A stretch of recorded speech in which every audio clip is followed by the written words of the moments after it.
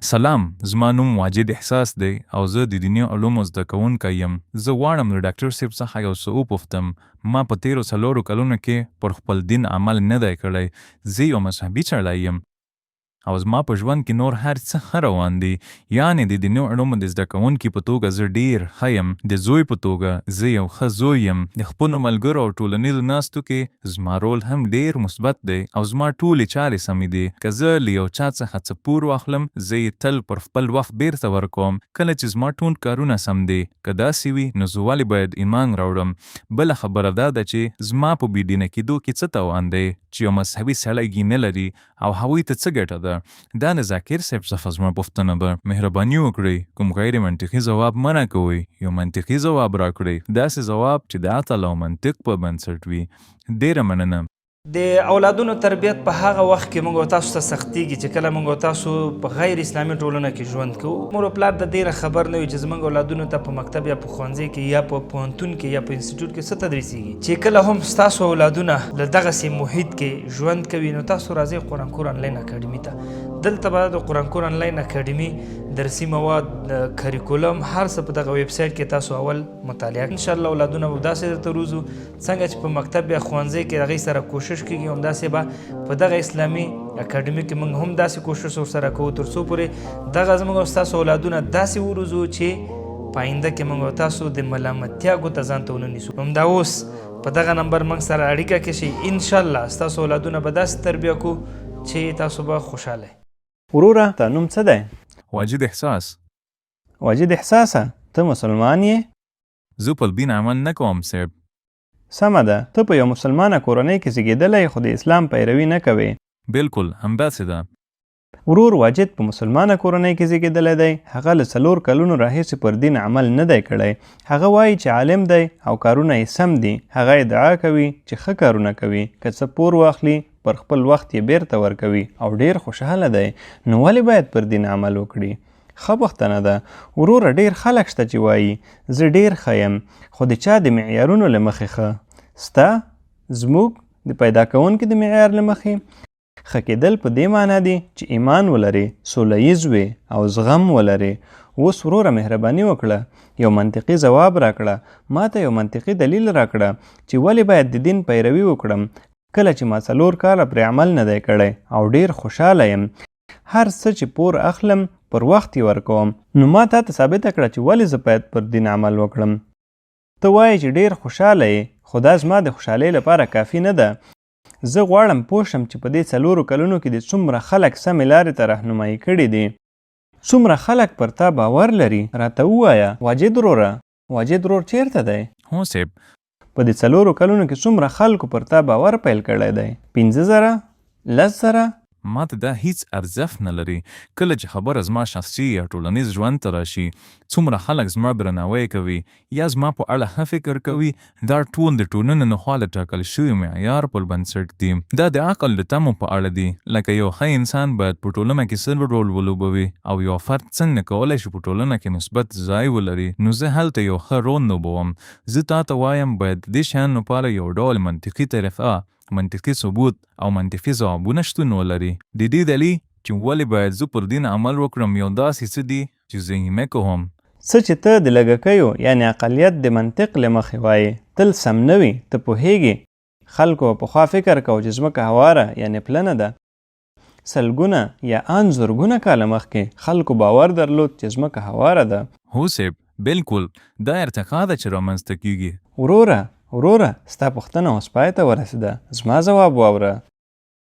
دا د بحث ناسته نه ده. پوه شوې؟ ته پر دې دلیل نه پوهیږې. کله چې ته په یو ساده شي نه پوهیږې نو یوازې د موضوع په اړه ډېرې بېمعنا خبرې کوې. آیا ته په رښتیا نشې پوهېدلی چې موضوع څه ده؟ تا ته د پوښتنې کولو چانس درکړل شو. اوس زما ځواب واوره. هر انسان پر خپل ذهن کې ځان سم ګڼي. حتی یو غل هم په خپل ذهن کې ځان سم ګڼي.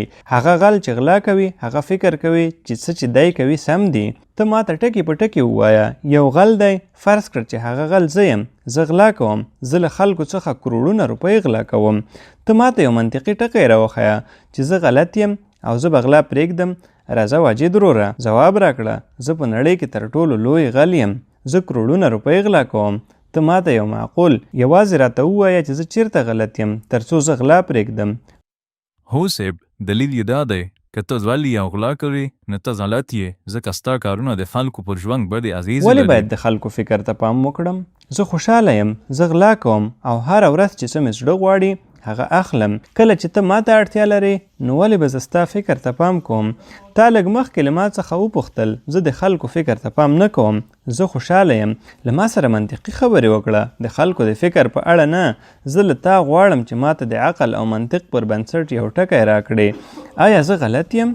آیا زه باید غلا پرېږدم؟ دا خلکو ته مه وایه، دا هغوی ځوروي. خو ولې باید زما پروا وي؟ زه خو ښه کار کوم. سمه ده، زه غلا شوي شیان اخلم، ورځني توکي اخلم، کورونه اخلم. په دې کې څه ګناه ده؟ که خلک خفه کیږي پر ما څه اغېز کوي؟ زما څه ګټه یا تاوان دی؟ دا ته یې چې زیان وینې، زه نه. راته ووایه زما څه تاوان دی؟ صاحب فلم ما پوښتنه کوي چې آیا زه خوشحاله یم؟ زه فکر کوم چې یې، خو دلته زما پوښتنه ستا لپاره ده. ځواب راکړه. همدا زما یوازینۍ پوښتنه ده. یوازې ماته یو منطقي دلیل راکړه چې دا ثابته کړي زه په دې کار کې په نړۍ کې تر ټولو غوره یم. زه یو لوی غل یم. زه میلیارډونه روپۍ غلا کوم. زه ډیر خوشحاله یم. هو، خلک ځوریږي، لعنت پرې، خو زه هیڅ درد نه احساسوم. دې ته ځان غوښتونکی وایي. نو ته د دې په اړه څه وایې؟ زه خوشحاله یم او د نړۍ پروا نه لرم او زه همداسې خوشحاله یم. نو آیا ته به ووایې چې زه یو ښه سړی یم؟ دا منطق چیرته لاړ؟ ما ته یو شی ووایه، یو یا دوه نه، یوازې یو. صاحب، زه ستا د کارونو یا ستا د دین په اړه خبرې نه کوم. زه د خپلو شیانو په اړه خبرې کوم. وروره که ځواب نشي راکولی نو ووایه چې نشم درکولی. ما ته یو منطقي شی ووایه چې زما لپاره بد وي. دا ښه ده چې زه غلا کوم. زه د نړۍ پروا نه لرم. زه یوازې د خپل ځان پروا لرم. ما ته یو منطق راکړه. ته دا کار له 4 کلونو کوي، زه یې له 10 کلونو کوم. ستا حالت ته په کتلو زه واقعا در باندې خفه یم، خو زما حالت ډیر ښه دی. زه د میلیارډونو ارزښت کور، موټرونه، نوکران او هر څه لرم. ته یوازې یو کتابي سړی یې. نو څوک غوره دی، ته که زه؟ له همدې امله منطقي خبره دا ده که زه د نړۍ پروا ونه کړم نو زه له تا غوره یم. که ته د نړۍ او سیاستوالو پروا کوې، که ته فکر کوې چې ځواب دا دی زه د نورو پروا نه کوم، زه خوشحاله یم، نو هر غلط سړی کولی شي ووایي زه خوشحاله یم. ته به کوم مناسب ځواب ونه لرې لکه څنګه چې ته وایې. که زه د وزیر په څیر فکر وکړم ما سره ډېرې ویناوې شته، خو که زه د وزیر په څیر فکر وکړم څوک په رښتیا خوشحاله دی؟ زه اوس ستا پوښتنې ته راګرځم. هغه خبره چې تا وکړه زه د خلکو پروا نه لرم. دلته ته ونښتې، یو کس هم ماته دا نشي روښانه کولی، یو هم نه. او که هڅه یې هم کړې وای هغوی به څه ویل؟ ته به وایې چې پولیس به مې ونیسي. پولیس ما په جیب کې دي. هغوی تر ټولو لویه مافیا ده. څوک به پر ما برید وکړي؟ زما شاته ساتونکي یعنی باډیګارډان دي. زما ټوله خبره همدا ده. سمه ده؟ زه اوس ستا پوښتنې ته راځم. خلک ډیری وختونه فکر کوي چې پیسې آرام راوړي، خو ته پوهیږې په نړۍ کې د 10 تر ټولو شتمنو کسانو له جملې څخه یې 8 طلاق شوي دي.